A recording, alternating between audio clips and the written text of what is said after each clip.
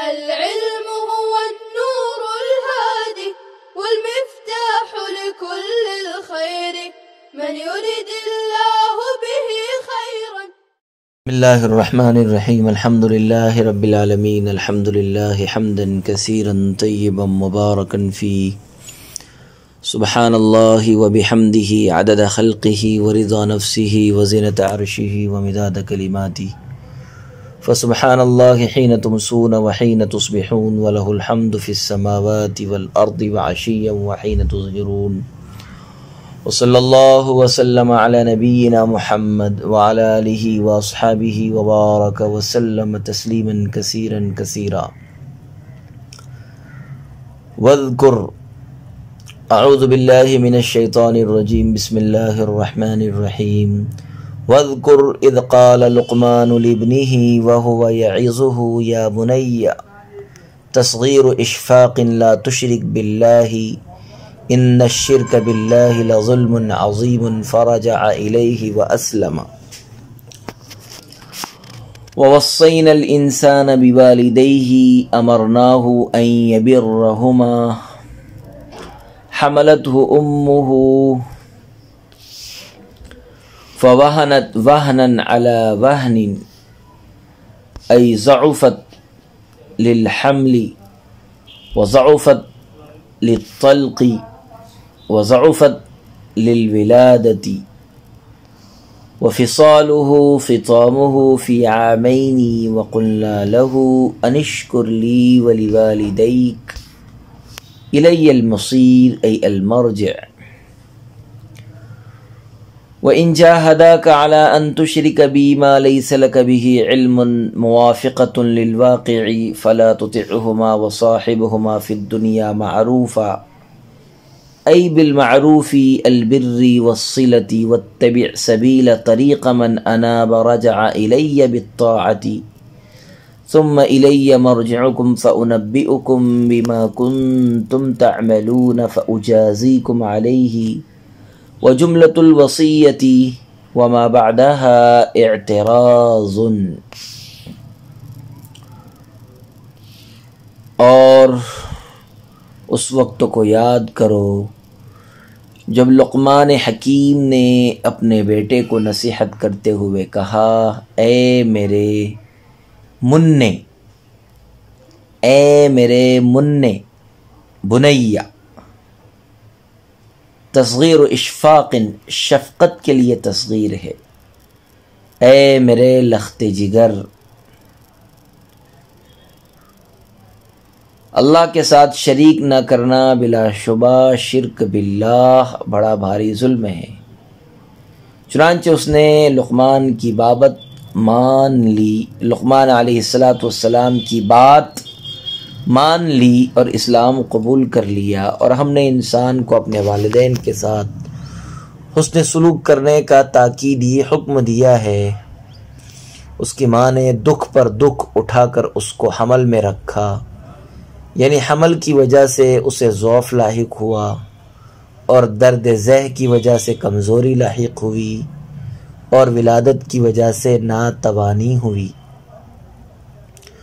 اور 2 سال میں اس کا دودھ چھوٹتا ہے، اور ہم نے اس سے کہا کہ تو میری اور اپنے والدین کی شکر گزاری کیا کر، میری ہی طرف لوٹ کر آنا ہے، اور اگر وہ دونوں بھی تجھ پر اس بات کا دباؤ ڈالیں کہ تو میرے ساتھ ایسی چیز کو شریک کر کہ جس کی تیرے پاس واقع کے مطابق دلیل نہ ہو، تو ان کا کہنا نہ ماننا، ہاں دنیا میں ان کے ساتھ خوبی کے ساتھ بسر کرنا، یعنی حسن سلوک کے ساتھ، اور اس شخص کے طریقے کی اتباع کرنا جو میری طرف اطاعت کے ذریعے رجوع ہو۔ پھر تم سب کو میرے ہی پاس لوٹ کر آنا ہے، پھر میں تم کو بتلا دوں گا جو کچھ تم کرتے تھے، بعد ازاں ان اعمال کی تم کو جزا دوں گا۔ وصیت اور اس کے ما بعد کا جملہ، یعنی ووصینا الانسان بوالدیہ، اور اس کے بعد کا جملہ جملہ معترضہ ہے۔ وَوَصَّيْنَا الْإِنسَانَ بِوَالِدَيْهِ، یہ دو آیتیں حضرت سعد ابن ابی وقاص رضی اللہ تعالی عنہ کے بارے میں نازل ہوئی ہے، اور یہ دو آیتیں حضرت لقمان کے کلام کے درمیان جملہ معترضہ کے طور پر واقع ہوئی ہے۔ حملتہ امہ وہنن علی وہنن، مفسر نے فرمایا ہے وہنن علی وہنن۔ مفسر علام نے وہنن سے پہلے وہنت فعل محذوف مان کر اشارہ کر دیا کہ وہنن فعل محذوف کا مفعول مطلق ہے، اور علی وہنن یہ کائنن محذوف سے متعلق ہو کر وہنن کی صفت ہے، ای وہنن کائنن علی وہنن۔ اور ساوی فرماتے ہیں کہ زیادہ بہتر یہ ہے کہ امہ سے حال قرار دیا جائے، ای حملتہ امہ ذات وہن۔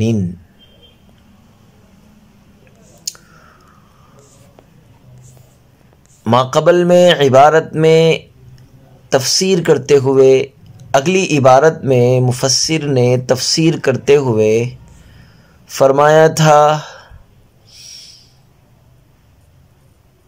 وَإِن جَاهَدَاكَ عَلَىٰ أَن تُشْرِكَ بِي مَا لَيْسَ لَكَ بِهِ عِلْمٌ مُوَافِقَةً لِلْوَاقِعِ فَلَا تُطِعْهُمَا وَصَاحِبْهُمَا۔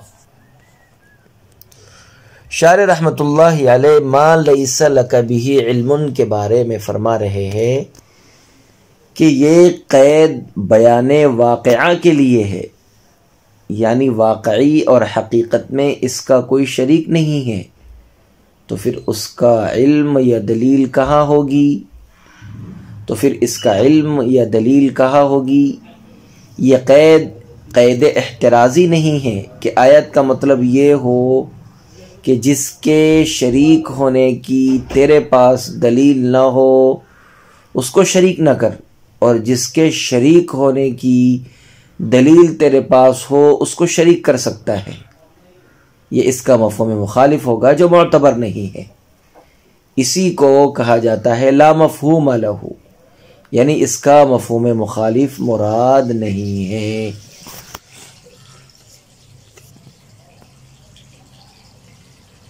یہاں پر مفہوم مخالف مراد نہیں ہے۔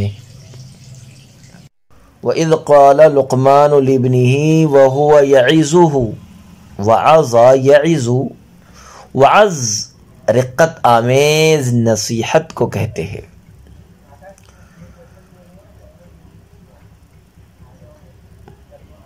الانسان ووصینا الانسان، اس سے اشارہ سعد بن ابی وقاص کی طرف ہے جیسے بتایا گیا، مگر شان نزول کا اعتبار نہیں ہوتا، عموم الفاظ کا اعتبار ہوا کرتا ہے۔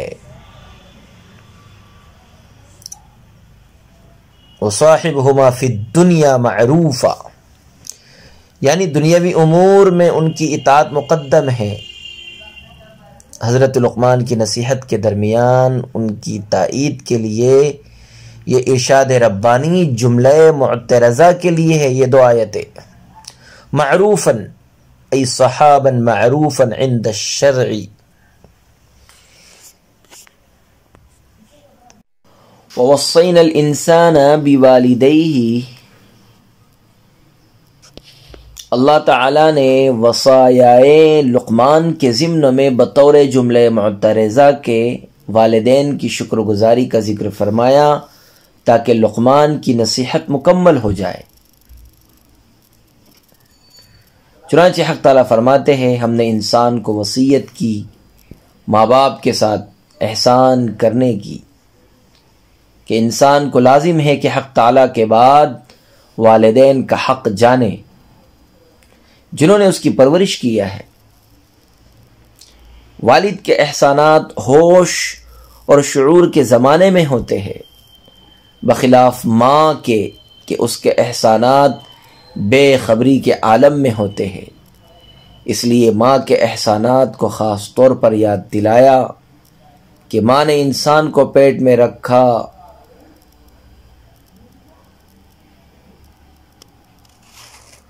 ناطاقتی پر ناطاقتی، وہنن علی وہنن، یعنی بچے کے حمل میں ضعف پر ضعف کی حالت میں مشقت پر مشقت اٹھاتی رہی، اور 2 برس میں اس کا دودھ چھڑانا ہوا۔ حمل سے تمہارے وجود کی ابتدا ہوتی ہے، اور دودھ پلانے سے تمہاری تربیت ہوتی ہے، اور تمہارے وجود کو بقا حاصل ہوتی ہے۔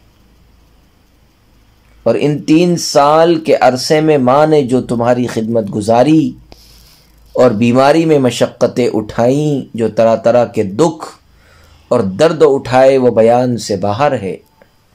غرض یہ کہ حق تعالیٰ فرماتے ہیں کہ ماں نے ضعف کی حالت میں اس کی پرورش میں بڑی مشقت اٹھائی، اس لیے ہم نے اپنے حقوق کے ساتھ والدین کے حقوق ادا کرنے کا حکم دیا، اور یہ وصیت کی کہ اے انسان، اول میرا شکر کر کہ میں نے تجھ کو پیدا کیا، پھر اپنے والدین کا شکر گزار بن جو تیرے پیدا ہونے کا ظاہری سبب بنے۔ حقیقی مربی تو میں ہوں، اور والدین کی تربیت میری تربیت کا نمونہ ہے۔ ان کے سامنے اف بھی نہ کرنا، یہ چند روزہ زندگی ہے، میری ہی طرف لوٹ کر آنا ہے۔ اس دن شکر اور شرک کی جزا دوں گا، یعنی میں تیرے اصل وجود کا مبدا اور منتہا ہوں، اور ماں باپ محض تیرے وجود مجازی کے سبب ہیں۔ بقدر نعمت ہر ایک کا شکر تجھ پر واجب ہے، اور باوجود ہے کہ ہم نے والدین کے ساتھ احسان کرنے کا اور ان کی خدمت اور اطاعت کا اور ان کے حق تربیت کے فکر کا تجھ کو تاکیدی حکم دیا ہے، لیکن اگر تیرے والدین کی کوشش یہ ہو کہ تجھے اس بات پر آمادہ کرے کہ تو میرے ساتھ ایسی چیز کو شریک ٹھہرائے جس کی صحت اور حقیقت کا نہ تجھے کچھ علم ہے اور نہ تیرے پاس کوئی دلیل ہے، تو ایسی صورت میں ماں باپ کی فرما برداری نہ کرنا۔ خالق کے مقابلے میں مخلوق کی اطاعت جائز نہیں ہے۔ حقیقت کے مقابلے میں مجاز کو ترجیح نہیں ہو سکتی ہے۔ البتہ دنیاوی زندگی میں والدین کے ساتھ اچھا برتاؤ کرو، حتیٰ کہ اگر والدین کافر ہوں تو کھانے پینے کی ضرورت سے ان کی خبرگیری کرو اور ان کو کوئی جسمانی تکلیف نہ پہنچاؤ۔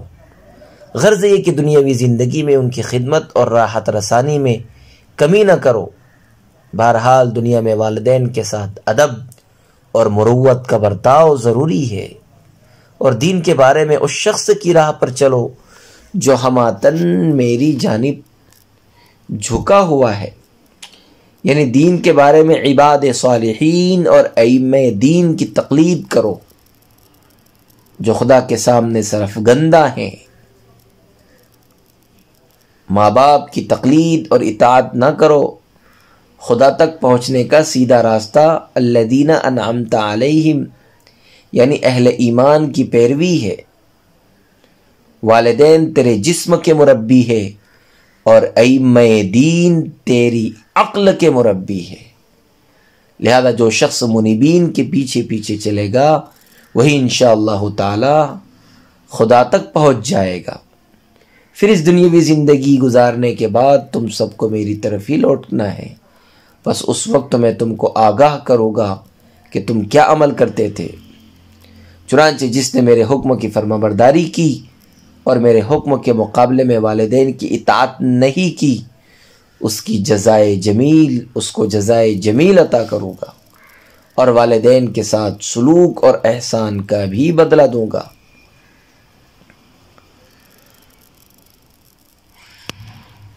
والدین کے ساتھ احسان کرنے میں والدین کے لیے دعائے مغفرت کرنا بھی جائز ہے۔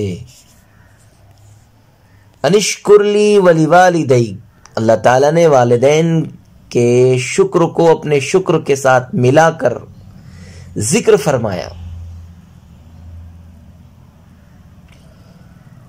کیونکہ والدین انسان کے وجود مجازی کے اصل ہے، جیسا کہ وجود حقیقی کے اصل اللہ کا فضل و کرم ہے۔ حقیقی شکر اللہ کے لیے ہے اور مجازی شکر غیر اللہ کے لیے ہے۔